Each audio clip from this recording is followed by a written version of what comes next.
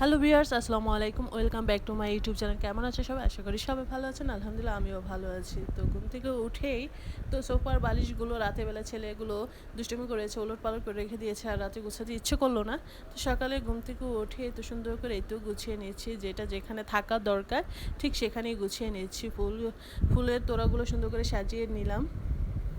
তারপরে এই যে দেখতে পাচ্ছেন আমার সোনামণি, আমার ভাইয়ের মেয়েটা, তো ওর ফুফার কোলে বসে বসে খেলা করছে। দেখেন কি মাশাল্লাহ কীভাবে তাকিয়ে আছে। তো চা নিতে খুব মায়া লাগে, খুব সুন্দর করে চেয়ে থাকে। তারপরে তো মা বাজারে গিয়েছে, বাজার থেকে এই যে আইড় মাছ নিয়ে আসলো।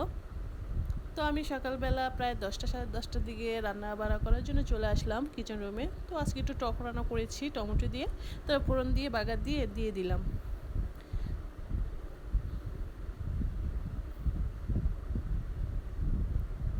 তো টকটা খেতে খুবই খুবই ভালো লেগেছে। এই গরমের দিনে এই টকটা খেয়ে দেখবেন, বাসায় খুবই খুবই ভালো লাগে।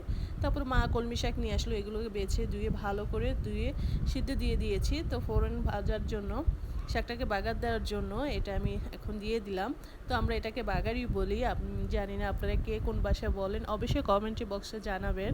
যদি আমার ভিডিওটি ভালো লাগে অবশ্যই সাবস্ক্রাইব করে আমার পাশে থাকবেন, ছোট্ট একটি লাইক দিয়ে আমার পাশে থাকবেন। আর যারা নতুন দেখছেন তাদেরকে তো বলবোই সাবস্ক্রাইব করে আমার পাশে থাকতে, অবশ্যই শেয়ার করবেন। তাই তো কলমি শাকটা আমার কাছে গরমের দিনে কলমি শাকটা খেতে খুব ভালো লাগে। পাট শাক, কলমি শাক, বিশেষ করে কলমি শাকটা আমাদের ঘরে বেশি খাওয়া হয়, খুব ভালো লাগে খেতে এই শাকটা।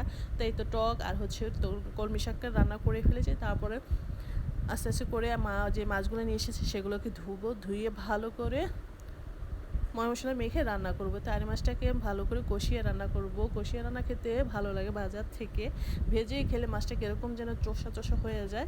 যাই হোক, তো মাছটাকে ভালো করে ধুয়ে আমি হলুদ মরিচ সব কিছু মেখে নিলাম। আমি সেরকম বাজারে যাই না, তো মাই বেশিরভাগ বাজার করে নিয়ে আসে। তো আজকে আইড় মাছ নিয়ে আসলো, কলমি শাক নিয়ে আসলো। তো এগুলো আমি ভালো করে ধুয়ে তো দেখতেই পেলেন। তো এই তো আইড় মাছটাকে ভালো করে ধুয়ে নিয়েছিলাম, তার মধ্যে এটা দিয়ে দিলাম, হলুদ গুঁড়ো মরিচ গুঁড়ো সব কিছু দিয়ে মেখে তারপর আমি এটাকে আজকে রান্না করব। তো সিম টমেটো দিয়ে রান্না করব। আরেক চুলা সেই গুঁড়া মাছ মা নিয়ে আসলো, সেগুলোকে ধুয়ে ভালো করে মেখে যেকে বসিয়ে দিলাম, সাথে 2-1টা টমেটো দিয়েছি। হয়ে গেলে আমি ধনেপাতা দিব। তো এইভাবে গুঁড়া মাছটা মেখে রান্না করলে খুব ভালো লাগে খেতে, আপনারাও বাসায় ট্রাই করবেন। তো আজকে রান্না করতে করতে গ্যাস শেষ হয়ে গিয়েছিল, তো কী করব, তাড়াতাড়ি করে তো ইলেকট্রিক চুলাতে দিয়ে দিয়েছি। তো এই তো মাছটা কষিয়ে ভালো করে কষানোর জন্য বসিয়ে দিলাম। তো এই সিম টমেটো দিয়ে রান্না করব। তো দুপুরের জন্য ওইটা রান্না করেছি, তার ফাঁক দিয়ে দুপুর হয়ে গিয়েছিল, প্রায় 1টা 1:30 বেজে গিয়েছিলো। তো ঘরগুলো সুন্দর করে ঝেড়ে নিচ্ছি। ঝেড়ে নেওয়ার পরে তো এই তো দুপুরের রান্নাটা ভাত রান্না করেছি, সাথে গুঁড়া মাছ, টক আর হচ্ছে কলমি শাক। তো বিকেলের দিকে দুপুরে খাওয়া দাওয়া শেষ করে বিকেলের দিকে একটু বাইরে গিয়েছিলাম, ফ্যামিলি সহ সবাই একটু বাইরে গিয়েছিলাম, বাইরে একটু নাস্তা করব। তো এই তো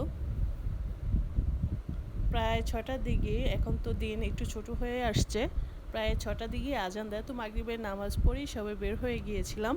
তো আমাদের পাশে একটি দোকান আছে, পাশে বলতে কি সামান্য একটু হেঁটেও গেলেও চলে অথবা রিক্সা করে গেলেও চলে। তো সবাই মিলে ভাবলাম যে চলো বিকেলের নাস্তাটা আজকে বাইরে করবো। তো ঠিক আছে, বললাম যে চলো সবাই মিলে যাই।